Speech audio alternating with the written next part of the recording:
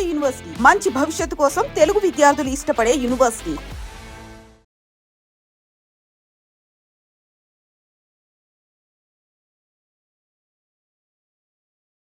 YouTube నుంచి ఎక్కువ revenue వస్తుందా, మూవీస్ నుంచి ఎక్కువ రెవెన్యూ వస్తుందా? మూవీస్ అండి, ఆబ్వియస్లీ మూవీస్ యా. మీ యూట్యూబ్ నుంచి మీరు ఎంత ఎర్న్ చేస్తారు నార్మల్గా ఒక మంత్? హైయెస్ట్ పేమెంట్ ఎంత ఎర్న్ చేసేవాళ్ళు? That I don't want to tell, but otherwise also it's there. లేదు 100% రెవెన్యూ అయితే జనరేట్ అవుతుంది, బట్ మళ్ళీ ఆప్షన్ ఉంది నీకు. ఆప్షన్ ఏంటి? నువ్వు ఒట్టి కంటెంట్ క్రియేటరా లేకపోతే కంటెంట్తో పాటు ప్రోడక్ట్ క్రియేటరా? కంటెంట్ క్రియేటర్ కాబట్టి రేటర్ కంటెంట్ కాబట్టి అది ప్లస్ ఇంకోటి మనం చెప్పేది రెవెన్యూ మీద మనం ఫోకస్ చేయట్లేదు. YouTube is for data love we received. And ఇంకొకటి అసలు ఇప్పుడు కరెంట్ ఫేజ్ ఎలా ఉందంటే YouTube is our life book from COVID. So ఇప్పుడు మా శివ యూట్యూబ్ మొత్తం ఓటీటీ కాదు, నాకు పర్సనల్ గా శివ మధు ఛానల్ అంటున్నా. మేము ముసలోళ్ళు అయ్యి ఒక 80-90 సంవత్సరాల్లో మనం అప్పుడు ఏంటి అంటే open the YouTube, see yourself in your video, అది మా లైఫ్ బుక్ గా అవుతుంది అంటున్నా. ప్రతి వీడియోస్ లో వచ్చేసి ఒక కంటెంట్ ఉంటుంది, లోపల ఒక ఫ్యామిలీ వాల్యూస్ ఉంటాయి, ఒక రెసిపీ ఉంటుంది, దాని తర్వాత ఒక కాన్వర్జేషన్ ఉంటుంది. ఆ టైంలో మా సిచ్యువేషన్ ఏంటి అనేది మేము రిఫ్లెక్ట్ అయ్యేలాగా ఉంటుంది. ఇప్పుడు 2 years బ్యాక్ చూసే వీడియోస్ చూసామంటే ఆ టైంలో మా మైండ్ సెట్ ఎలా ఉండేది, ఏంటి నా కంటెంట్ ఉంటుంది దాంట్లో. ఓకే, ఆ రీజన్ వల్ల మీరు యూట్యూబ్ క్రియేట్ చేయాల్సి వచ్చింది అంతే? లేదు, యూట్యూబ్ క్రియేషన్ వచ్చి యాక్చువల్ రీజన్ కోవిడ్ టైంలో పానిక్ ఎక్కువ ఉండింది కదా, అయ్యో చచ్చిపోతారు. సో మేమేంటి, అబ్బా హ్యాపీగా నలుగురు ఇంట్లో కూర్చుని టైం స్పెండ్ చేయడానికి టైం వచ్చింది అని మేము హ్యాపీగా ఆడుకుంటూ ఉండేవాళ్ళం. సో అందరూ అసలు ఇంట్లో ఉండడానికే కష్టంగా ఉంది, వాళ్ళు they want to go out and అసలు ఉండలేకపోతున్నాం. ఇలాగే ఎక్కువ వినేటప్పుడు, ఆ ప్యానిక్ వినేటప్పుడు వి థాట్ ఓకే లేదు మనం సంతోషంగా ఉండొచ్చు అని చెప్దాం అనేసి, మాకు యూట్యూబ్ లేదు కదా, ఫేస్బుక్ అండ్ ఇన్స్టాగ్రామ్లో వీ యూస్ టు పోస్ట్ అనమాట. మా ఫ్యామిలీ మాత్రం ఇట్లాగా ఆడుకోవడమో లేకపోతే సరదాగా కోవిడ్ గురించి ప్యానిక్ అవ్వద్దు అనే విషయాలు చెప్పడం కోసం పోస్ట్ చేస్తూ ఉంటే ఎవ్రీవన్ స్టార్టెడ్ ఆ వీడియోస్, ఇన్స్టా అండ్ ఎఫ్బీలో ఉన్న వీడియోస్ తీసుకొచ్చి యూట్యూబ్లో వేరే వాళ్ళు పబ్లిష్ చేసుకునేవాళ్ళు, వేరే వాళ్ళు పబ్లిష్ చేసుకునేవాళ్ళు. సో కొన్ని డేస్ తర్వాత Facebook followers started asking us మీరు యూట్యూబ్ స్టార్ట్ చేయండి అని. అప్పటి వరకు యూట్యూబ్ అంటే ఒక నెగటివ్ ప్లాట్ఫామ్, నాకు అంటే అసలు పాజిటివ్ ఇంప్రెషనే లేదు యూట్యూబ్ మీద. అంటే ఈ థంబ్నైల్స్, ఈ నెగటివ్ కంటెంట్, ఏదైనా కాంట్రవర్సీ అంటేనే మనకి అక్కడ చూస్తున్నాం అన్న ఇమేజ్ ఉందన్నమాట. సో అందుకని యూట్యూబ్ ఎందుకు అమ్మో వద్దు అని అసలు వినలేదు. సో ఆడియన్స్, మా ఫాలోవర్స్ ఎఫ్బీలో ఎలా అయిందంటే చెయ్యండి అని చెప్తూ, ఏం చెప్తే వినరా, యూట్యూబ్ స్టార్ట్ చేయండి, మేము వెతుక్కోవాలా యూట్యూబ్కి వెళ్ళి మీ వీడియోలు. ఫేస్బుక్, ఇన్స్టా ఏంటంటే ఈ రోజు అయిపోయింది అనుకో, అది మళ్ళీ మనకు కావాలన్నప్పుడు దొరకదు కదా, కిందకి వెళ్ళిపోతుంది. ఆర్ ఇన్స్టాలో కూడా అంతే, మనం మళ్ళీ మొత్తం స్క్రోల్ చేసి చూడాలి. అదే యూట్యూబ్ అంటే మీకు ఏం కావాలో అది టైప్ చేస్తే అది వచ్చేస్తుంది. సో చెప్తే వినరేంటి, యూట్యూబ్ స్టార్ట్ చేయండి, మీ కంటెంట్ అంతా ఒకే దగ్గర ఉంటుంది కదా, లేకపోతే వేరే వాళ్ళు వెళ్ళి ఎక్కడెక్కడో పెట్టేస్తున్నారు, ఏమేమో థంబ్నైల్స్ పెడుతున్నారు, మీరు పెట్టండి అన్నట్టు ఒక వార్నింగ్ టోన్లో కమెంట్స్ వచ్చాయన్నమాట. దాని తర్వాత ఓకే సరే చూద్దాం, ఏమో చెప్తున్నారు నిజమే కదా, మనం చెప్పింది ఒకటి అక్కడ పోర్ట్రే అవుతుంది ఒకటి అంటే it's not right, so let's start అనేసి అప్పుడు వీ స్టార్టెడ్ యూట్యూబ్. అండ్ అది స్టార్ట్ చేసిన వెంటనే అసలు ఎక్స్పెక్ట్ చేయలే, అంత రెస్పాన్స్ ఎక్స్పెక్ట్ చేయలే అసలు. అండ్ ఫ్రమ్ దెన్ మనం హ్యూమన్గా దేనికి పడతాం, ప్రేమకు పడతాం.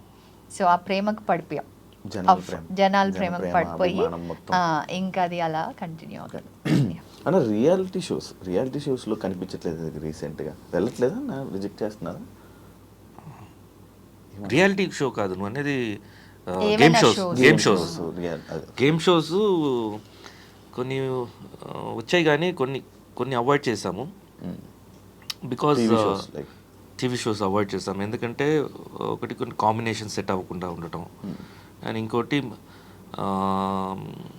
Most of the time last year అయితే కన్నప్ప షూట్కి ఎక్కువ వెళ్ళిపోయింది, బికాజ్ న్యూజిలాండ్లో ఉన్నాం కాబట్టి ఆల్మోస్ట్ 4 months దానికే వెళ్ళిపోయింది. అచ్చా అచ్చా అండ్ మోర్ ఓవర్ టైమింగ్స్ ఒకటి ఈ షోస్ అంటే ఇప్పుడు మన ఇంటర్వ్యూ అనుకో ఒక 1 hourలో అయిపోతుంది. ఈ షోస్ ఏంటంటే పొద్దున స్టార్ట్ అయితే నైట్ 9-10 కూడా అయిపోతాయి. అప్పుడు when there is a must only నేను నా ఫ్యామిలీ మెంబర్స్ని హెల్ప్ తీసుకుంటా పిల్లల కోసం. అదర్వైజ్ ఎవ్రీడే నేను I don't want to burden anyone అనమాట. సో పిల్లల్ని నేనే చూసుకోవాలని ఉంటుంది కాబట్టి అలా ఆ టైం స్లాట్ ప్రిసైజ్గా ఇవ్వగలిగితే 2-3 hours అని దెన్ బి లేదు కావాలంటే కూడా టైం స్లాట్స్ కూడా ప్రిఫర్ చేసుకోవచ్చు. కానీ యాక్చువల్ డైరెక్ట్గా దీనికి ఆన్సర్ ఏంటంటే మూడు. నిజంగా వచ్చేసి కొంచెం ఏం చేస్తాంలే అన్నట్టు అంతే. ఇంట్రెస్ట్ లేదు ఇప్పుడు ప్రెసెంట్ అయితే ఇంట్రెస్ట్ లేదు. ఒకప్పుడు చేసాం, వరుసగా చేసాము. ఇప్పుడు వెళ్ళి ఏం ఎంటర్టైన్ చేస్తాం అన్న ఒక ఇది మిడ్ మూడ్ లేదు, మళ్ళీ మారుతుంది. అది చెప్పలేము ఎప్పుడు ఎలా ఉంటుంది, బట్ బేసిక్గా మూడ్ లేదు అంతే. అంటే ఏదైనా మూడు బట్టి సిచ్యువేషన్స్ అన్న, మూడు ఉంటే చేస్తాం, మూడు లేకపోతే వదిలేస్తాం అంతే. ఫోర్స్ఫుల్గా నేనైతే అంతే. మీరైతే అంతే? నేనైతే అంతే. అంటే ఫోర్స్ఫుల్గా ఒకటి చెయ్యాలని కాదు, నిజంగా దాని మీద ఇంట్రెస్ట్ ఉంటే ఇంట్రెస్ట్ తోటి చేస్తాను నేను. నాకు నిజంగా అది ఎక్కువ డెవలప్ అవుతుంది. ఇంట్రెస్ట్ ఉంటేనే ఫోకస్ చేస్తున్నాను, లేకపోతే ఇష్టం ఉండట్లేదు, ముట్టుకుని ఉంటాను నేను. ఇంట్రెస్ట్ లేకపోతే ఇంట్రెస్ట్ లేకుండా ఒక పని చేశారంటే ఇంక వాళ్ళు అక్కడ ఆ సరౌండింగ్స్లో ఉన్న వాళ్ళు సచ్చారే. ఇప్పుడు నాలాగా చాలా ఇష్టంగా చేస్తున్నాను. అవును. నాకు గోదావరికి సోగ్గాడి కాన్సెప్ట్ సాంగ్ ఫస్ట్ నుంచి ఉన్న సాంగ్ కాన్సెప్టా లేకపోతే ఏంటన్నా అది గోదావరికి? అదే ఇందాక నేను చెప్పాను కదా, అది మ్యూజికల్ నరేషన్ తీసుకొచ్చాం కదా. సో ఆ టోటల్ స్క్రిప్టెడ్ వర్షన్ అది. ఒక సీన్ చెప్పేసి గోదావరికి సోగ్గాడిని అనేది తర్వాత వచ్చింది దాని పేరు. ఓకే. ఒక ఫస్ట్ ఒక మ్యూజిక్ ట్రాక్ అనుకున్నాము, తర్వాత లిరిక్స్ రాసేటప్పుడు వచ్చింది గోదావరికి సోగ్గాడిని. సో దాన్నే టైటిల్గా పెట్టేశాను. ఓకే. అదే అంటే అక్కడే తీసుకొని మళ్ళీ అక్కడే చేశారా షూట్ మొత్తం?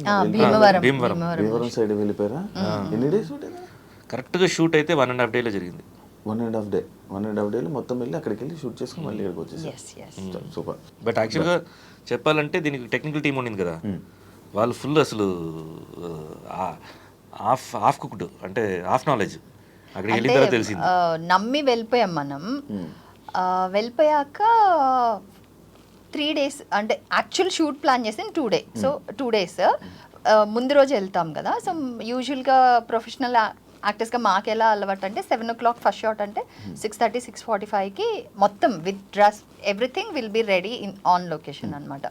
సో ఇంకా లొకేషన్ రావట్లేదు, ఇంకా అసలు ఎక్కడ ఉన్నారు ఏం చేస్తున్నారు కూడా తెలియట్లేదు. అలా మధ్యాహ్నం 2 అయిపోయింది. Morning time waste. Morning plan చేసిన 2 days because he's leading the production కూడా కదా. So already half a day పైన అయిపోయిందంటే ఇంకా ఎవరు భోజనాలు చేయలేదు. ఎప్పుడు భోజనం చేయాలి, అసలు భోజనాలు కనీసం ప్రాపర్గా ప్లాన్ కూడా చేయలేదు. అంటే మంది ప్యాకేజ్ అనమాట ప్రొడక్షన్ అంటే మొత్తం ఓవరాల్ ప్యాకేజ్ మాట్లాడేసుకున్నాం. ఇంకా దాంట్లోనే రూమ్ రెంట్స్, ట్రాన్స్పోర్ట్ అన్ని వాళ్ళే చూసుకోలేదు. అసలు ఎక్కడ అసలు ఏమీ చేయట్లేదు. ఏం చేస్తున్నారు అంటే ఇదిగో అన్న అదిగో అన్న తిరుగుతున్నారు, అటు ఇటు తిరుగుతున్నారు. బట్ ఏది ఆర్గనైజ్ అవ్వలేదు. నాట్ ఈవెన్ ఫుడ్ ఆర్గనైజ్ అవ్వలేదు. షార్ట్ చెప్పుంటే ఏదో ఊరికి నుంచోండి ఇట్లాంటి అట్రాంటి ఇంకా అంతే. ఇంకా జమ్మున లేచింది. ఇంకా ఏం చేస్తున్నారని చెప్పేసి అక్కడ నుంచి టేక్ ఓవర్ చేసుకున్నాను నేను. ఇంకా డైరెక్షన్ నాదే స్టార్ట్ అయిపోయింది. కాన్సెప్ట్ నా దగ్గర ముందు నుంచి తెలుసు. యాజ్ అన్ డైరెక్టర్గా నేను ప్రిపేర్ అవ్వాలి మైండ్లో. నేను ఆర్టిస్ట్ కొన్నాను. అప్పటికప్పుడు నేను వచ్చేసి ఇంకా మాంటేజెస్ ఇవన్నీ క్రియేట్ చేసుకుంటే టైం పడుతుంది కదా. సో ఆ టెన్షన్ నాకు అసలు. సో ఇంకా నేను చూసుకొని ఇంకా ఒక మాంటేజ్ సెక్షన్ అనుకొని ఇంకా బ్లాక్స్ చెప్పేస్తున్నాను. కెమెరామ్యాన్కి రైట్ లెఫ్ట్ కూడా తెలియట్లేదు. అంతా మీరే అంతా వాళ్ళు వచ్చేసి ఇప్పుడు బడ్డింగ్ అంటే మనకి రీల్స్ చేసే వాళ్ళు వేరు, సినిమాటిక్ లాంగ్వేజ్ వేరు. సో ఆ ఎక్స్పీరియన్స్ లేదు, ఆ కాన్సెప్ట్ని ఎలా తీసుకురావాలో తెలియదు. ఇంకా కూర్చొని నిజంగా నమ్మవు శివ, నీకెంత కూల్గా ఉంది అసలు దీంట్లో చూసేటప్పుడు. ఇక్కడ కెమెరా వెనక వచ్చేసి వేరే క్యారెక్టర్, ఇక్కడ వేరే క్యారెక్టర్. అక్కడ వెళ్ళి అరవటం, ఇక్కడ వెళ్ళి నవ్వుకుంటూ చేయటం. ఫ్రేమ్ పెట్టడం కూడా వచ్చేసి ఇంకా చిరాకుతోటే ఫ్రేమ్స్ పెట్టుకుంటున్నాను నేను. ఎందుకంటే పెట్టినప్పుడు అర్థం కావట్లేదు వాళ్ళకి ఎలా. సజెషన్ ఉంది, సజెషన్ లో నేను మిమ్మల్ని ఫేస్ చేస్తున్నానంటే ఇటు సైడ్ వచ్చినప్పుడు ఎటు సైడ్ పెట్టాలి కెమెరా అనేది కూడా వాళ్ళకి మినిమం Proper గా రైట్ అదే రైట్ లెఫ్ట్ ఇప్పుడు ఇటువైపు ఉంది నా పాయింట్ ఆఫ్ నేను చూపిస్తున్నారు నీ సైడ్ ఎక్కడ రావాలి నీ లెఫ్ట్ రాకూడదు రైట్ రావాలి అది కూడా తెలియదు చాలా కష్టంగా జరిగింది. చాలా కష్టంగా అంటే నేను అది మైండ్లో నేను అది ఎక్కించుకోలేదు కాబట్టి సెకండ్ ఆప్షన్ నేను కంప్లీట్గా నమ్మేశాను కాబట్టి ఇది ఫేస్ చేయాల్సి వచ్చింది కానీ this is an experience for me. And ఒక పాయింట్ లో వదిలేసి అంటే బికాజ్ ఇంకా కంప్లీట్ గా మనం ఒకటి అనుకుని వెళ్ళామా జరగట్లేదు చిరాకు వచ్చేసి అండ్ వదిలేసి రావాలా అంటే కూడా it's like no I taken this నేను చేయాలి ఇది నేను కంప్లీట్ చేసి అంటే ఇది ఒక ప్రాజెక్ట్ నేను ప్రామిస్ చేశాను నేను చేస్తాను అని so I have to do this అని ఇంకా అందరినీ ఇది చేయి అది చేయి అది చేయి ఇది చేయి ఇది ఇప్పుడు స్టార్ట్ అవ్వాలంటే ఇది స్టార్ట్ అయిపోవాలి రేపు ఇది అవ్వలేదంటే రేపు మార్నింగ్కి ఈ టైంకి మనం స్టార్ట్ అయిపోవాలి అట్లా ఇట్ వాజ్ లైక్ అటు అదే కెమెరా ముందు ఒక క్యారెక్టర్ కెమెరా వెనక ఒక క్యారెక్టర్ దానివల్ల it went well and song అందరికీ నచ్చింది కాబట్టి ఇంకా ఇవన్నీ డజంట్ మ్యాటర్. ఇది ఎలా ఉండిందంటే కష్టపడి పోతుంది ఆటోమేటిక్గా. ఇప్పుడు చాలా బట్ అదే చెప్తాను కదా ఎక్స్పీరియన్స్ ఇది ఎలా ఉంటుందంటే మనకు ఒక వీడియో ఒకటి వైరల్ అయింది ముందు నుంచి వైరల్ అవుతుంటుంది ఒక జర్నలిస్ట్ తగలబెట్టండి నిరంజన్ గారు ఫుల్ స్టాప్ ఉండాలి కదండి చేసే మూడు ఉత్సాహం అలా ఉంటుంది అనమాట నాకు. ఇప్పుడు మీరు ఏదన్నా అంటే మనసులో ఏదనిపిస్తున్నా అది డైరెక్ట్గా చెప్పేస్తారు ఫేస్ మీద చెప్పేసే క్యారెక్టర్ అన్నది. దానివల్ల ఏమైనా ప్రాబ్లమ్స్ ఫేస్ చేసావా అన్న ఇండస్ట్రీలో? ఉంటుంది ఇనిషియల్ టైంలో ఎక్కువ ఉండింది అంటే నేను చెప్పడం వల్ల ఇప్పుడు ఒక సినిమా నిజంగా నువ్వు ప్రొడ్యూసర్ అనుకో వచ్చావు డైరెక్టర్ వచ్చారు కూర్చొని మాట్లాడుతున్నాం స్క్రిప్ట్ విన్నాను నిజంగా నాకు నచ్చలేదు నేనేం చెప్తానంటే ముందు స్క్రిప్ట్ కొంచెం ఇదిగా ఉందండి కొంచెం మీరు కరెక్షన్ లేకపోతే స్క్రిప్ట్ మార్చేసిన బెటర్ ఇంకా కొంచెం బెటర్గా వెళ్తే బెటర్ లేకపోతే ఇది వర్కౌట్ అవ్వదు అని చెప్పాను డైరెక్ట్గా చెప్పేస్తాను. జనరల్గా ఏంటంటే అప్పుడు ఆ టైంలో ఇప్పుడు కూడా అలాగే ఉన్నారు నాకు కొంచెం టైం కావాలండి అని అడుగుతారు నేనేంటే వాళ్ళ టైం వేస్ట్ చేయొద్దని చెప్పి నేను స్ట్రైట్ ఫార్వర్డ్గా చెప్పేస్తాను నేను. అది ఏమైంది వాళ్ళు ఎలా తీసుకుంటారంటే అసలు వాళ్ళ అబ్బాయికి చాలా పొగురు స్క్రిప్ట్ నచ్చలేదంట ఇంతకంటే మంచి స్క్రిప్ట్ ఏమొస్తుందని చెప్పి అలా మాట్లాడతారు బయటికి వెళ్ళి మార్కెట్లో వెళ్ళి.